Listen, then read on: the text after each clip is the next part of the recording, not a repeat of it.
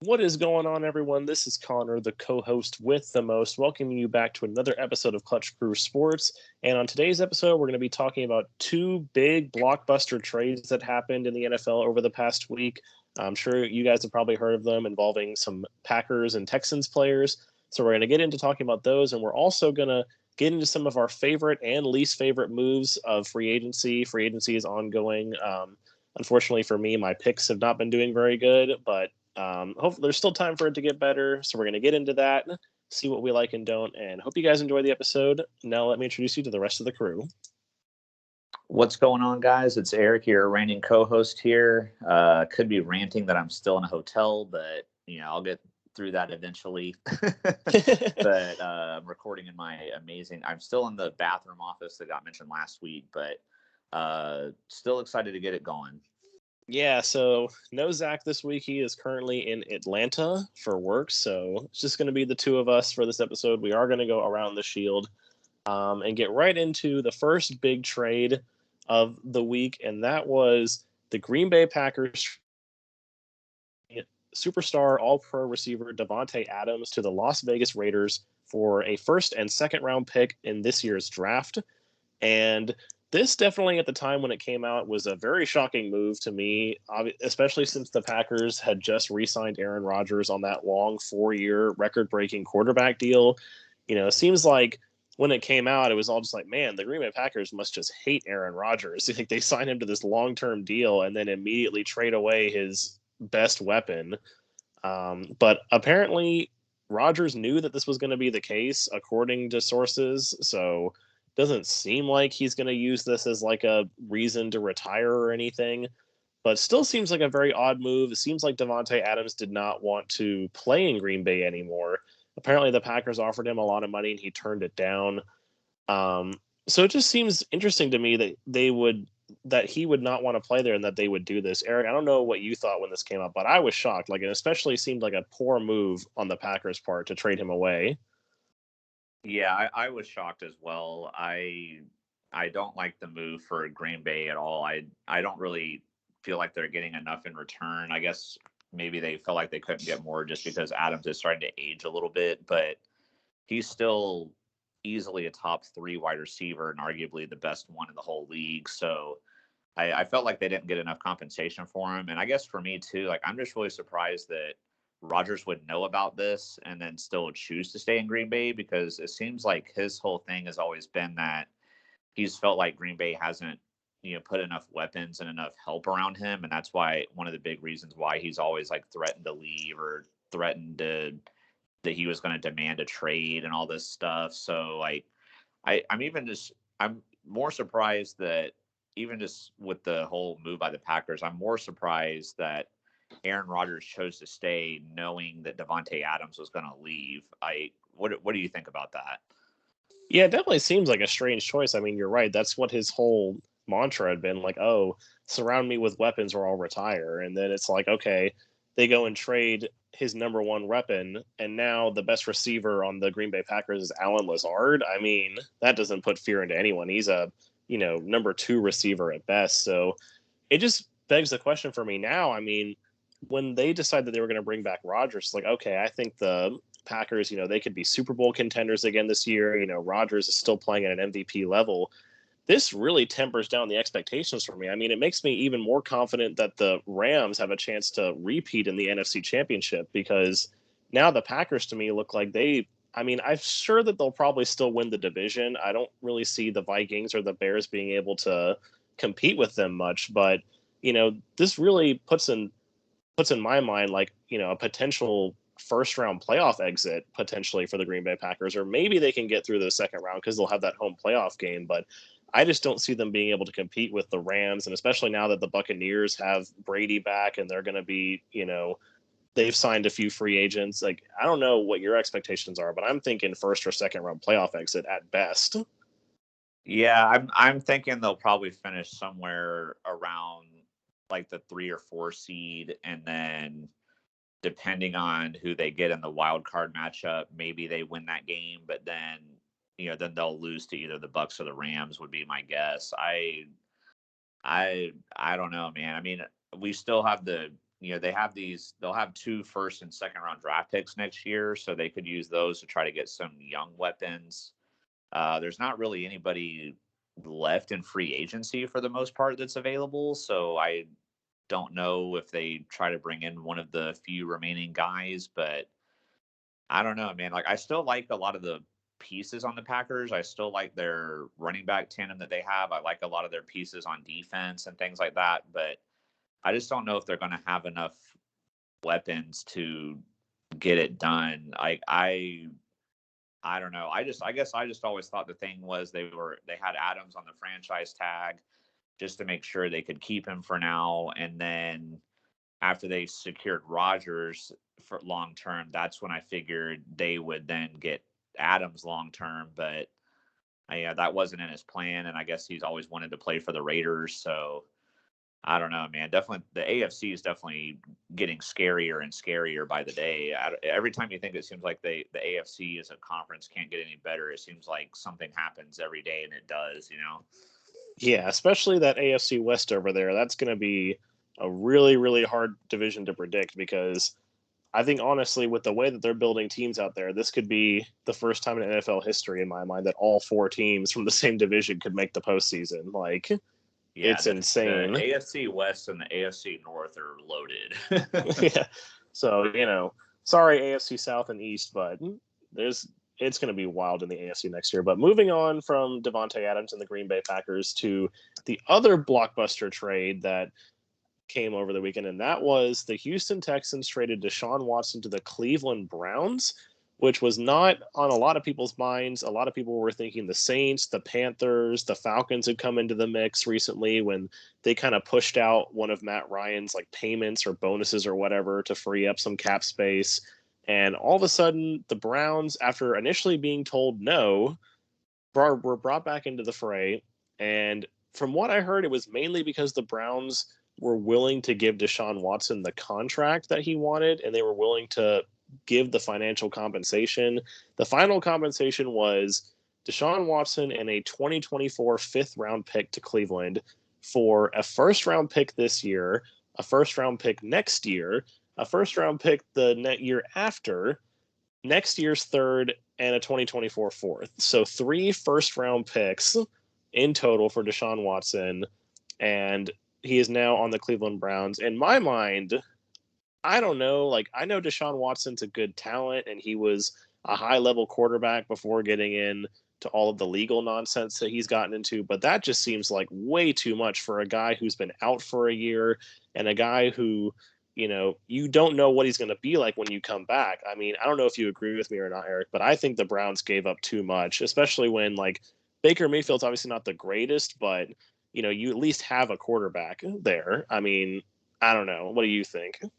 Yeah, and also, as far as I know, Watson still could be suspended if that. I don't know if that's fully true or not, but I feel like Well, from what I've he's heard, he still still has to go through the league protocols and stuff. Or yeah, basically he has no criminal charges coming, so that's why all the trade talk started again. But he still has to go through civil cases and NFL investigations.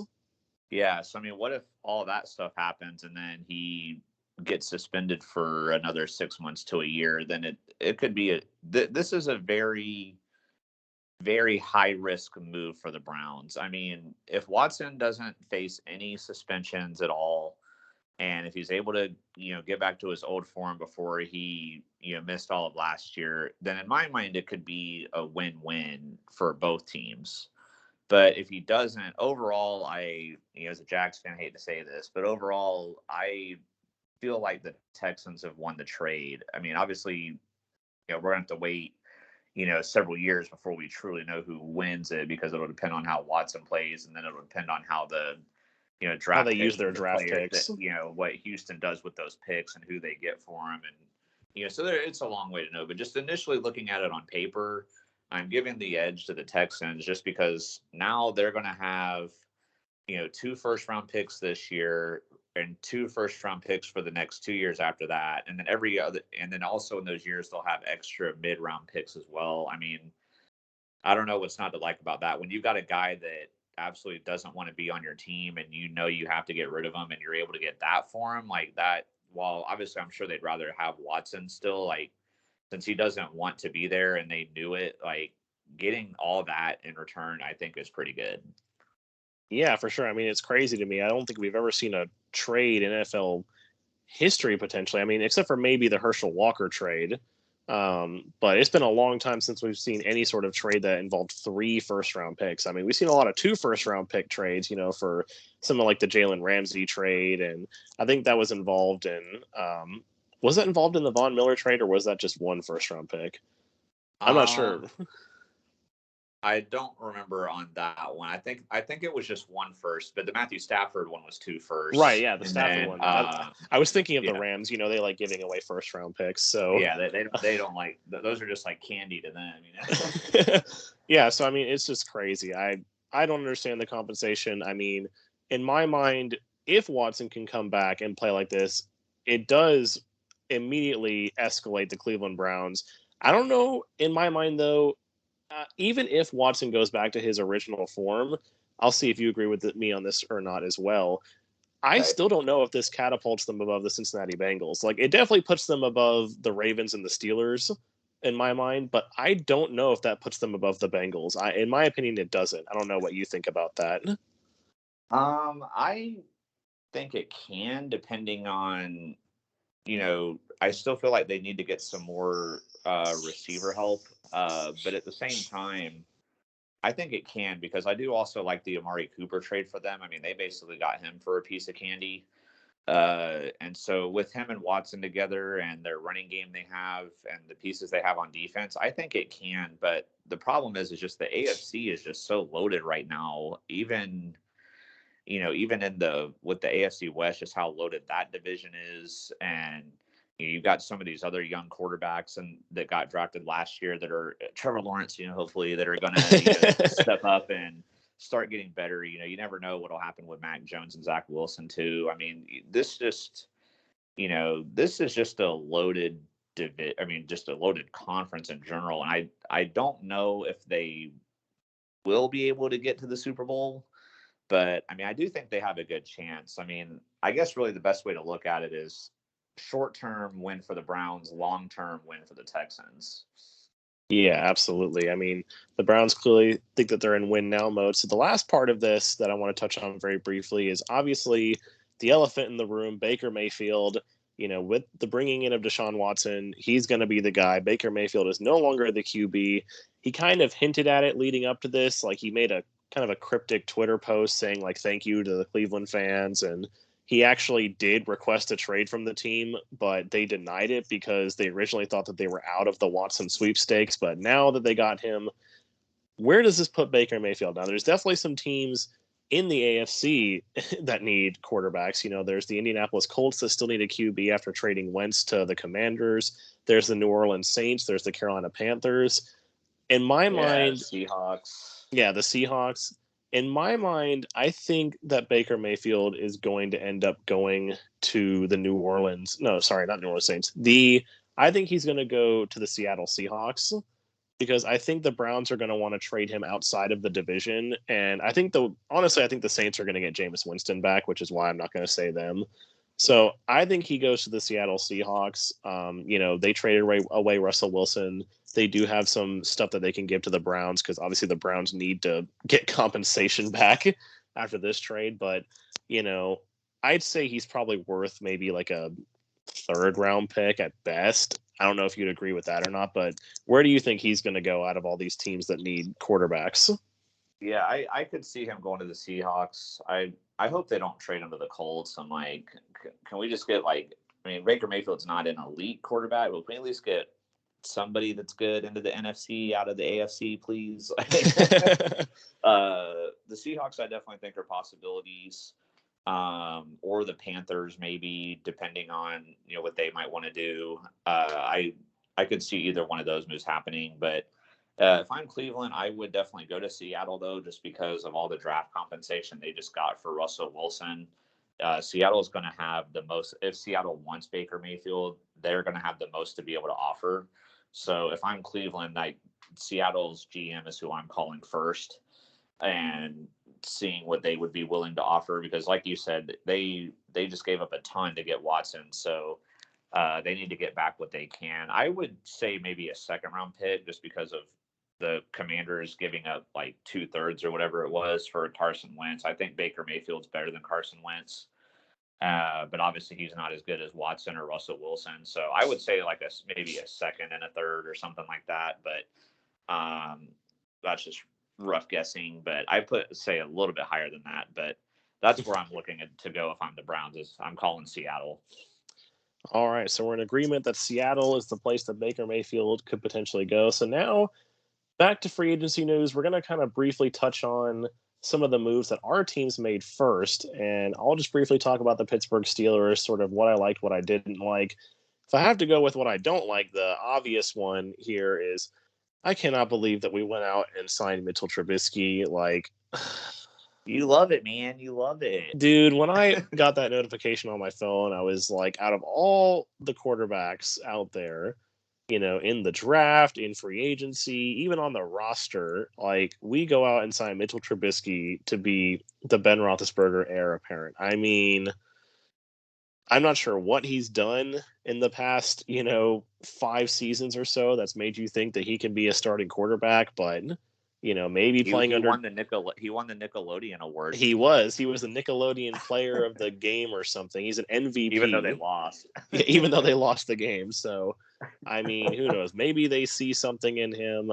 I don't see anything in him. I hope for everything that is good and holy that the Steelers will still draft a quarterback come draft time. Like, if it gets down to us and there's a guy like Kenny Pickett or Malik Willis available, I sure hope that we draft them. Because I don't like this whatsoever. They also kind of like re-signed Dwayne Haskins a little bit, which that also kind of puzzled me. I don't know why they just didn't let him go if you're going to bring in Trubisky. Like, I don't know. It's leading me more towards that I don't know if they're going to draft a quarterback, and that's really bothering me. I would think they have to, man. I think because they didn't pay, it's not like they paid Mitch Trubisky like starting money or anything. I think what they're doing is they want to bring him in just in case if a quarterback that they like in the draft gets taken before they get a chance, or if they're not able to trade up or something. That way they at least have something at quarterback that's not Mason Rudolph.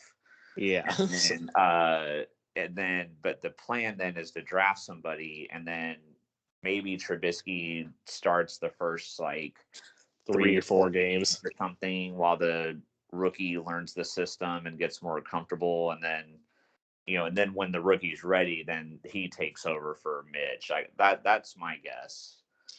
Yeah, so that grade I would have to definitely give a D minus. I won't give it an F, but I'll give it a D minus for signing Mitch Trubisky. The other 2 moves, though, that I like about the Steelers was going out and signing Levi Wallace. I thought that was a good signing. We definitely needed to get some cornerback help. And honestly, Levi Wallace, he's not the greatest corner in the world, but he was a part of that Buffalo Bills defense last year. Apparently, we just like signing Buffalo Bills players. So, he was a part of that Bills defense. And honestly, with how good our pass rush is with Highsmith and TJ Watt and Cam Hayward, we really just kind of need a serviceable secondary. We don't really need a whole lot of all pros back there. So I don't mind not going out and trying to get someone like Charvarius Ward or Darius Williams or JC Jackson. Like, I'm okay with getting a guy like Levi Wallace there, just someone who can hold down the fort. But so I'll give that move like a B, I guess. And then my favorite signing, which much to the chagrin, I think, of Eric and Zach, was the Jaguars went out and released Miles Jack, and the Steelers picked him up real quickly and signed him to a 2-year deal. I give that move an A+.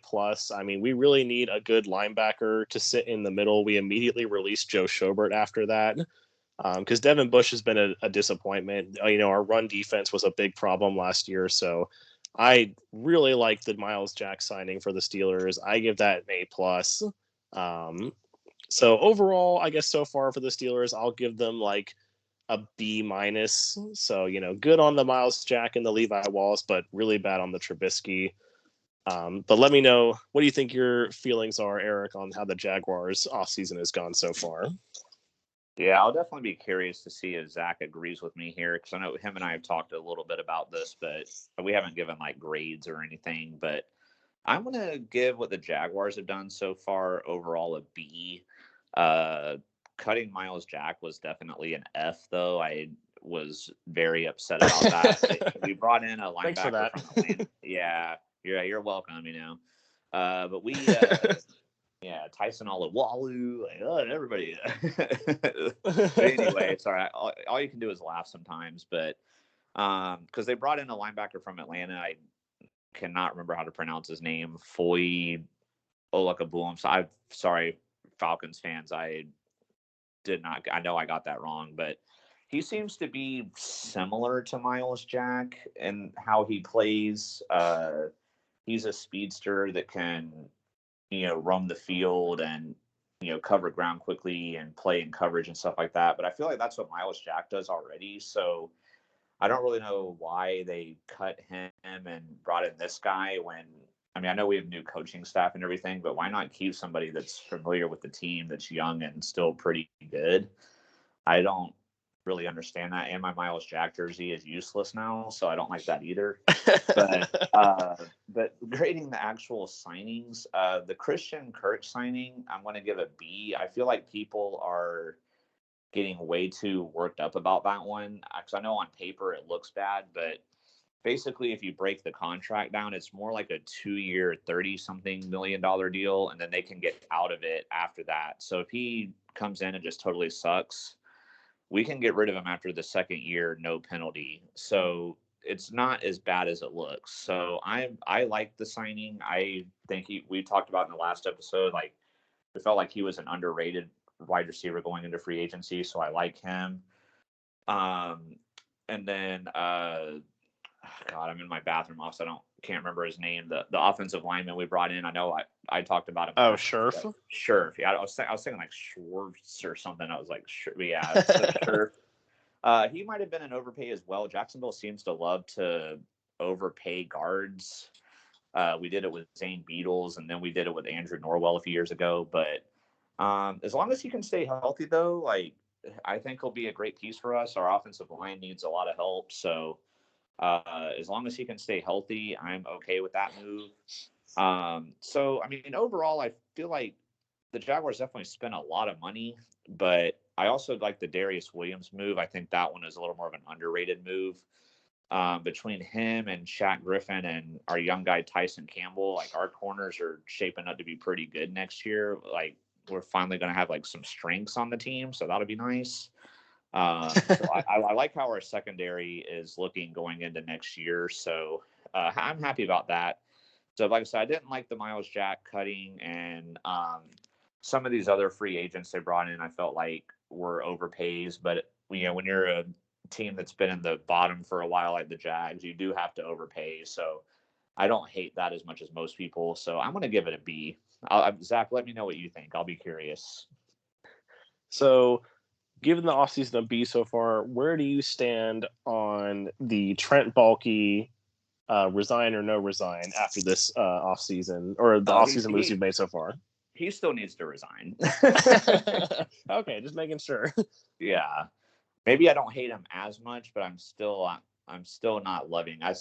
Maybe if he can have a solid draft, I'll change my mind. But I'm at least glad they went aggressive and didn't like just not bring in anybody. So I give him credit for that. But he's still got a lot of work to do if he's going to win me back over. All right, so we talked about our teams. Seems like we're mostly happy with our offseason so far. But now we're going to go to close the episode out. We're going to go with one move each that we think was good, one move we didn't like, and one move that really surprised us. So I will go first with my move that I really liked. And the move that I really liked so far in the signings was Allen Robinson going to the LA Rams. Initially when we made our picks, I had him going to the Colts. I had the Rams bringing back Odell Beckham Jr. But I think this is a really good move. Allen Robinson struggled last year, but he's still a really talented receiver. And I think it's going to be good for him in LA that there's not going to be the expectation on him to be the number one receiver since they already have Cooper Kupp. So he can kind of still be there. He can play his game, not expect to be the number one He's probably going to get a lot of touches since a lot of teams are going to be doubling Cooper Kupp now. He's a really dominant receiver. And the Rams, I think, were able to do good here because they were able to sign him and because they were able to trade Robert Woods to the Tennessee Titans. That was probably the big key for me why I like this. If they still weren't able to trade Robert Woods, I would have not liked this as much. Given that they still say that they're committed to try and bring back Odell as well, which, if they had tried to go and do something where, they signed Robinson and signed Odell and didn't trade Robert Woods, that would have been really bad. But they traded Robert Woods. I like this for the Rams, gives them another piece on offense to go with that offense they have. They also extended Matthew Stafford. So I'm curious to see, did you like this pick of Allen Robinson to the Rams, Eric? Oh, yeah. I think it's a great move for them. He, like you said, him not having to draw double teams, and plus he actually has a good quarterback throwing the ball to him now, which he hasn't had his whole entire career. Blake Bortles, What? He's the GOAT, Eric. What are you talking about? He's the boat. Yeah, no. So I like this for him a lot. I definitely expect a resurgence from him this year. All right, so Eric, why don't you go ahead and give us your good move? Yeah, my good move is also going to be a wide receiver. Unfortunately, he's leaving my team, but that's going to be DJ Chark going to the Detroit Lions. I think this is a perfect deal for the Lions because, the Lions are a similar team to the Jags in the sense that it can be hard to bring in free agents. But they didn't go out and overpay for him. They got him on a 1-year deal. It was worth about $12 million, I believe. So I think it's perfect for both sides here because if DJ Chark does come in and have a great year, then the Lions will have a good opportunity to sign him to a long-term extension. And then if he doesn't work out, then they can just let him go, no problem. And it's perfect for DJ Chark too, just because he's getting another chance, but he's still going to make a decent amount of money while doing it. And because he's been injury prone, so he has the potential, but he just has to stay healthy and show it. So, and he'll get a lot of targets down in Detroit there, and especially since they play from behind a lot, he'll be heavily involved, I think. So it's a good deal, I think, for both sides. That's why I picked that one. All right, so then moving on to a move that we thought was bad. Now, this one is not actually on our slides because we talked about this guy, though, Zach and I did the previous week when we did our episode before the tag deadline, and that is going to be Chris Godwin. And it's not that I don't like that the Tampa Bay Buccaneers brought him back. It's the fact that I don't like they brought him back on the deal they brought him back. So the deal he got is a 3-year, $60 million deal. So basically, he's going to be making $20 million a year. And to me, it's just like, okay, he's a good receiver. There's no doubting that. And obviously, he has chemistry with the team. He's got chemistry with Tom Brady. But wide receivers historically have not looked like their old selves when they come off of ACL injuries. And Chris Godwin's coming off a pretty bad ACL injury that kept him out the whole season. And it just seems to me like, again, Zach and I talked about this, how when they tagged him, or the potential that they were going to tag him because they hadn't officially tagged him when we talked about it, that it seemed like that they could have gotten him back on a much cheaper deal. And that's what I'm going to say here again, too. Like, I think they could have gotten him back for a much cheaper deal, or, they could have gone out and got someone like, if they wanted to pay a receiver $60 million a year, they could have gone out and gotten someone like Allen Robinson, or maybe tried to go out and get Odell Beckham or someone like that who's not, but Beckham's also coming off of a serious injury, or maybe they could have, done something other than give $60 million to Chris Godwin. Because like I said, I think they could have easily given that to someone else, or maybe even gotten Godwin back for sort of around like the 12 million range, kind of like what DJ Chark is going to be making. So seems a bit odd to me. I don't know how you feel about it, Eric, but I think it was a bit of an overpay, especially when the Buccaneers already have some other weapons going down there. They still have Mike Evans. With the fact that Brady's coming back, Gronk is likely going to be, returning to the team. They got all those guys. So they brought in Russell Gage too. So what do you think? Do you think this is an overpay, or do you think it's going to work out in the end? It might be a little bit of an overpay, but I don't hate this one as much as you do, simply just because of the amount of years overall. I don't think 3 years is too bad, and I wouldn't be surprised if they have a similar deal like Jacksonville's with Christian Kirk's, where they can get out of it after a couple of years. I haven't looked into the structure of that contract, but that's one where I wouldn't be surprised with the injury if they had the opt out ability after the first couple seasons. So I don't hate it as much, but I do agree that it is a little bit of an overpay. So I don't, so I don't hate it as much as you, but it's definitely not one where I'm like totally opposite, where I'm like, oh, I love the move. Like, I'm just kind of good on you, I'm just kind Tampa. of yeah, I'm not like, oh, that's an A, but so I'm just kind of indifferent, I guess. I'd give it like a C grade would be my deal on that one. All right, Eric, why don't you tell us about what bad move you think was made? Yeah, so this one wasn't exactly a free agent signing, but it happened during the free agency period, and that's going to be the Washington Commanders trading for Carson Wentz. And it's not exactly that they traded for him that I hate, because they were really needing help desperately at quarterback, but my problem is what they gave up to get him, and also just the fact that they're taking on the whole contract. Like, now Carson Wentz is better than Brock Osweiler, but I remember when the Texans traded Brock Osweiler, like they had to give the Browns a second round pick to take him.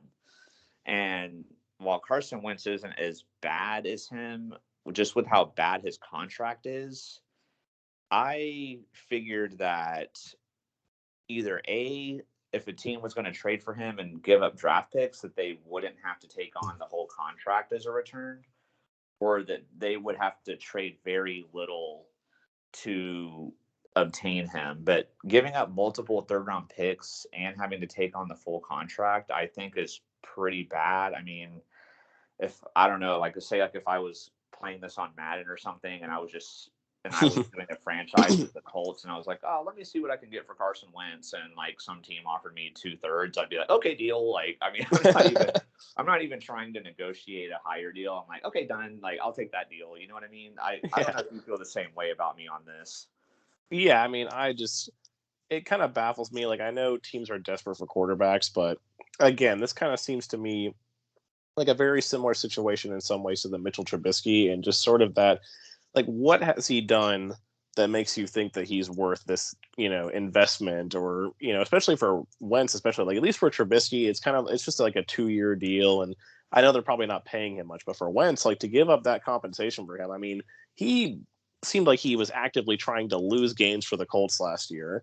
And now all of a sudden you want to give up this compensation for him as your quarterback. Like, I don't Yeah, understand it either. I don't get it, dude. I mean, he had just made some terrible decisions, and this was a guy that played on a team that had, while the O line wasn't the best at pass protecting, he had a great run blocking O line. He had the best, like second best running back in the NFL last year, besides Derrick Henry, and a really good defense. And he still didn't get the playoffs. So if I'm because they lost Washington, to the Jaguars. yeah, they got blown out by the Jaguars in the final game of the season, which just shocked me. And I was happy about it, obviously, but I was shocked, though. I did not see that coming at all. Zach did, because the Jags always beat the Colts at home for some reason. But I was like, no, this is a different team. We're trash. Like, the Colts are fighting for the playoffs. I mean, they're going to kill us. And we killed them. It was crazy. But so Washington, who's more of a rebuilding team, I don't know what they see in him, where they're like, yeah, we're going places with this guy. Like,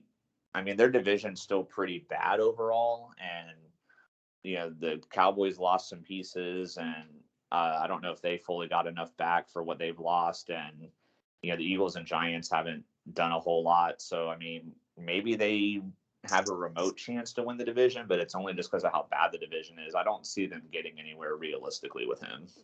No, I don't see them winning the division. I actually kind of give them like zero chance to win the division with him. I just said slight chance. Yeah. But moving on finally to our most surprising pickup or move during the offseason.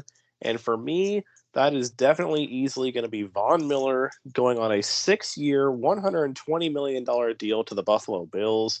Now, if it wasn't for the fact that Von Miller, like, I think is still really good, I probably would have called this my bad move. But I do think it's a good move for the Bills, just because like the Bills are 100% in win now mode. They've got the pieces. Josh Allen, he kind of struggled in the middle of the season last year, but he kind of refound that MVP form near the latter half of the season. He went toe to toe with Patrick Mahomes in the playoffs. They have a good receiving core with Stephon Diggs. Back there, they have a solid run game, a solid O-line, a really good defense. Like the Bills, they're in win now mode. And I think Von Miller brings a really good piece. They were still kind of missing that pass rushing aspect of their defense. Gregory Rousseau really turned out to be better as the season went on. Like he still wasn't really great or anything, but he was definitely good at getting to the quarterback and putting pressure. But Von Miller now gives an elite pass rushing defender on the Bills, gives that really elite secondary the time it needs, because honestly, in my mind, if the Bills, and I said this last year, I think too, like if they can consistently get to the quarterback, I don't see how any team's going to be able to score on them, because in my mind, they still have probably one of, if not the best secondaries in the league. Tre'Davious White, Jordan Poyer, and Micah Hyde are all Pro Bowlers. And if you got a guy like Von Miller that's going to rack up, double-digit sacks, and Gregory Rousseau is going to get, continue to develop, and maybe he can get double-digit sacks, like this Bills defense is going to be unbeatable. So I like the move definitely for the short term. Seems like in the long run it's going to screw them, but who knows? Maybe like Eric said, they could have structured it some way to where they're paying him a lot like the first 3 years, and then they can kind of try to get out of it a little bit later. But definitely surprising. I thought he was going to either go back to the Rams, or he made some tweets about wanting to go back to Denver. So that was the biggest shock for me. Eric, what was the biggest shock for you during the offseason so far? Shoot, I actually forgot what mine was. I didn't write it down. Yeah, I have my office here, so. The Randy Gregory move. That's what it was. Sorry about that.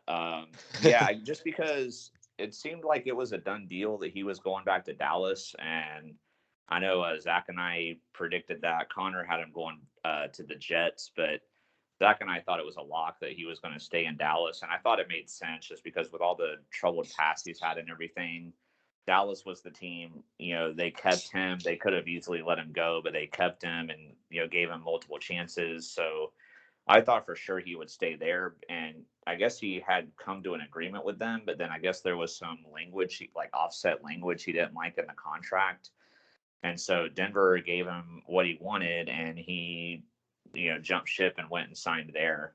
The same deal, but none of that language in the contract. Yeah, it was the same. Money wise, it was exactly the same. I'm pretty sure, but there was the offset language that he wanted was that Dallas wouldn't provide, Denver did. So. Because I think it was something like if he were to, get suspended or get cut or something, like how much would he lose or not gain or something like that. I don't remember exactly what it was, but yeah, honestly though, I don't really like the move for Denver. I get that they're trying to win now since they brought in Russell Wilson and they're getting really aggressive. But again, one, the AFC is just so loaded, and two, I don't really know how great Randy Gregory really is. Like he's had some good games, but I remember like especially in that 49ers game in the playoff, I think he had like 2 or 3 penalties in that game, like two offsides penalties and at really bad times. Like I don't know. I honestly think it's better for Dallas to not have him there. Like, you still have DeMarcus Lawrence and Micah Parsons you can have as your primary pass rushers. So I think it's actually better for Dallas to save that money and then that they can do something else with it. But I'll ask you if you agree on that, and then let you give like any final thoughts. Yeah, I definitely like the move better for Dallas. I do agree. Like, I know it's kind of always good to bring back guys that but I'm kind of in the same boat as you as to where like I question how good he actually is when he was playing on that defense last year that had a lot of other good pieces. So it's really going to be one of those things now that he's really going to have to step up. And while Denver does have Bradley Chubb as well on the other side, Bradley Chubb has been really injury prone. So it's pretty likely at some point in the year, Randy Gregory is going to have to be the number one pass rushing guy in Denver. And I just don't think he's going to be able to get it done. I mean, it's one of those things that I like that Denver, like I said, I appreciate what they're trying to do. Like you said, they're in win now mode with Russell Wilson. But to me, even with the Russell Wilson move and, some of the other moves that they've made, they're still the worst team in that division in my mind. So it's definitely, a little bit of a head scratcher in my mind. But you gotta do what you gotta do and try to do what you can to win. So I appreciate it for Denver, but I like the move better for Dallas. But I think that's gonna be it for this episode. Thank you guys so much for listening. Make sure to follow us on Twitter at Clutch Crew Sport, and on YouTube, subscribe to the Clutch Crew Sports YouTube channel. We are going to be coming back next week with another edition of Sports Jeopardy hosted by moi. I gave up my title in the last at the end of the last time so I could host again. So I'm really excited to do that, and I'm really excited who's going to be the champion versus champion that I'm going to have to face in the next episode of Sports Jeopardy. So make sure you guys tune in for that. Leave any questions below in the comments or on Twitter if you want us to cover them in a future episode. And as always, guys, for Zach, be clutch. Hey.